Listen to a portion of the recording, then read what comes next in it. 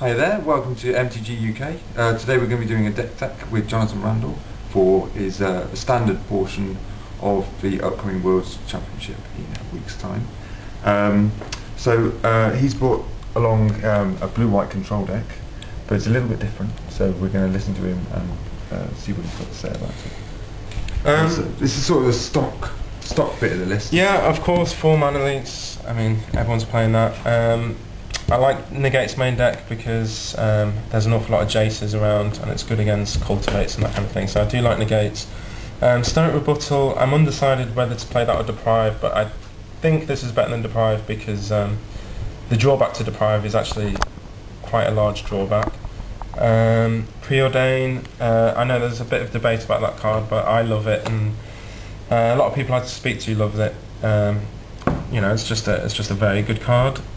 Spreading Seas I've chosen over Wall of Omens. That's mainly as an acknowledgement for the Valor Cup matchup, Eldrazi Green. But also it's good against manlands, it's good against blue-black, it's good in the mirror. Which leads me on to Oust. Oust to Condemn might be the argument. Condemn is an instant, it hits manlands, but of course you've got Spreading Seas and Tech Edge. But I much prefer Oust anyway because you set them back so far. It's great late in the game when you can determine their own draw steps. It's 1 mana. It's really very good card. Day of Judgment. You could play 3 Day of Judgments. It depends on the meta game how much aggro there is, but it's a solid card. It's also the same with Oust that it's the knowledge you're getting as well, isn't it? Yeah. Yeah, the knowledge you get from Oust is more important than killing a creature. Like, you actually would rather know what's coming up than just kill it and, you know, not know what's coming off the top of their deck. Yeah. So what's different about the deck? We got a big suite of Planeswalkers. Yeah, I'm playing 4, 6, 8, 10 Planeswalkers, 5 different kinds. Of course, 4 Jason Mind Sculptor because he's just amazing. His +2 ability works pretty well with Oust. You can remove a creature if you really want to, or you can have the knowledge of a couple of their draw steps. So, I mean, Jace is Jace. 2 Jace Bellerin because even without Mind Sculptor, this guy is amazing. But with Mind Sculptor so prevalent in the format, he's the best. He's the best removal spell for Jace Mind Sculptor.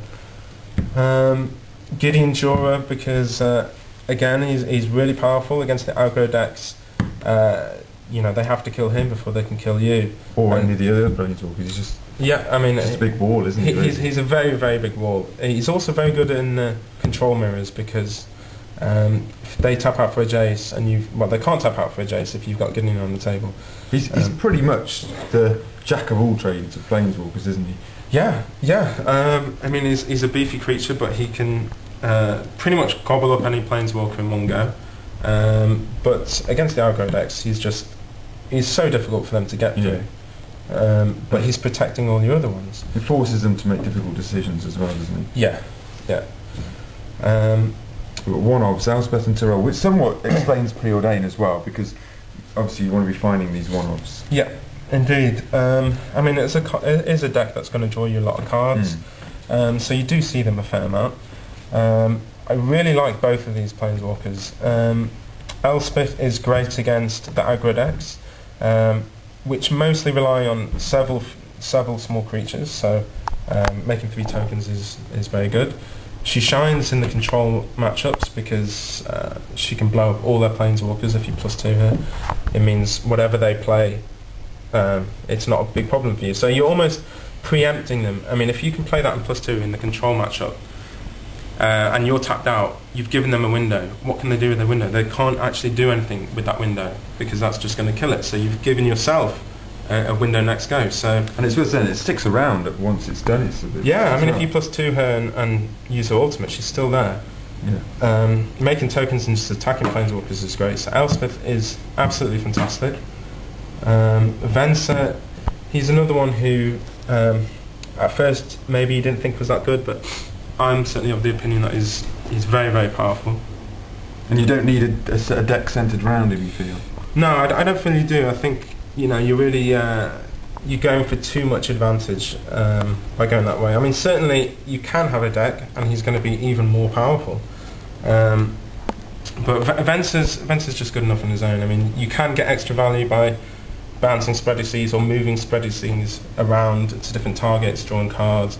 You can give your Baneslayer haste, you can get rid of the Baneslayer and then Day of Judgment, you can reset the loyalty in Planeswalkers, you can hide a Planeswalker and then use her ultimate.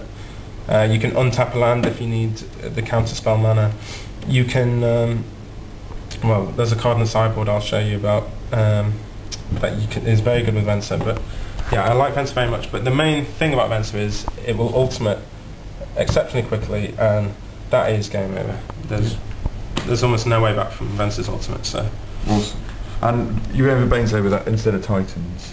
Yep, Baneslayer instead of Titans because it's faster. The Titans are all great, the blue one and the white one, but I don't think you need the extra value. Against the aggro matchups, you drop Baneslayer, you know, your back's against the wall, you need to tap out for something. If it's not Day of Judgment, you play Baneslayer Angel, and that's just good enough. Unlike Frost Titan or Sun Titan or something like that. I actually find her better than the Titans against the ramp decks because she just comes down earlier. I mean, the extra life against the Valakut is actually really fairly relevant. Yeah. She flies over plant tokens. She's just great. You know, she's awesome. Yeah. Right, let's look at the sideboard then. I think there's a fairly big nod to the Valakut matchup, which I think you'd admit is probably the most difficult one. Yeah. I think everyone's pretty agreed that it's going to be quite popular at Worlds. We've got 4 flash frees. 3 flash frees. 3 flash frees, rather. Maybe it should be 4. Possibly. Yeah. It's. I mean, it's good in aggro matchups as well, isn't it? So you've got the versatility there. You need that against Valakut or 3 Mindbreak traps. So that'll go against Gaea's Revenge and Summoning Trap. Yeah, gets around Summoning Trap as well. Also hits Emrakul, or gets rid of a Eldrazi, so Mindbreak Trap's pretty solid. Also the trap ability can be relevant. I mean, in control mirrors, when you haven't done anything, neither player's done anything for 10 turns, and then someone goes for something, and they've got counter spells for your counter spells and counter spells. Well, this is better than Force of Will in that situation. So, Mindbreak Trap's a good one. I like it. Another versatile card, Ratchet Bomb. Yeah, Ratchet Bomb mainly there for the aggro decks, which can consist of Kuldotha Red, so they're creating tokens, or the quest deck. The quest deck. I mean, you can actually nailing the quest is very important. Yeah. It's versatile because it hits troublesome enchantments like Luminarch Ascension, so it's a good one. Another Baneslayer, just to complete the set. Another Baneslayer because against the aggro decks she's just awesome, and one of my major points about Baneslayer Angel is Sword of Body and Mind. Frost Titan isn't very good against Sword. Baneslayer Angel is maybe the best answer you can have. The Sword isn't a problem for this deck. With Gideon, with Elspeth, is generally you never get hit by it, but certainly with Baneslayer Angel, they just can't get through Baneslayer Angel. Another Elspeth, because you like her so much. Yeah, because it's great against control, it's great against aggro. So, another Elspeth. There's a few more counterspells here, but I think you're a bit undecided on the spell piece, aren't you? But obviously, negate's great against control. I mean, whatever control deck you're playing against, whether it's main or in the board, you can be sure that post-board they're going to have 4 negates in their deck.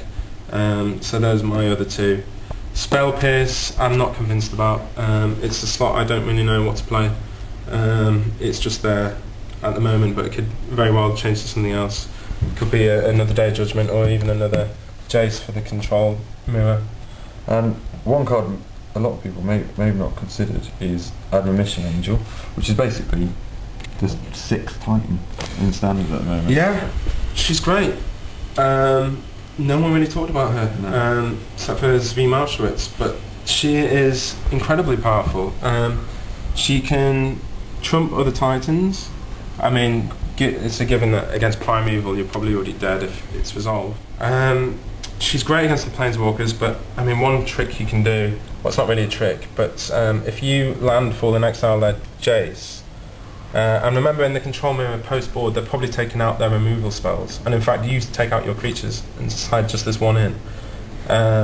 But they can't play their Jace and bounce the Angel because the other Jace is going to come back and they're going to nail both Jaces. Legend moves, so they can't do that. Yeah, so Admonition Angel is, I mean, against the Eldrazi green deck, a deck that can't remove it, this is going to kill them very quickly, right? Yeah.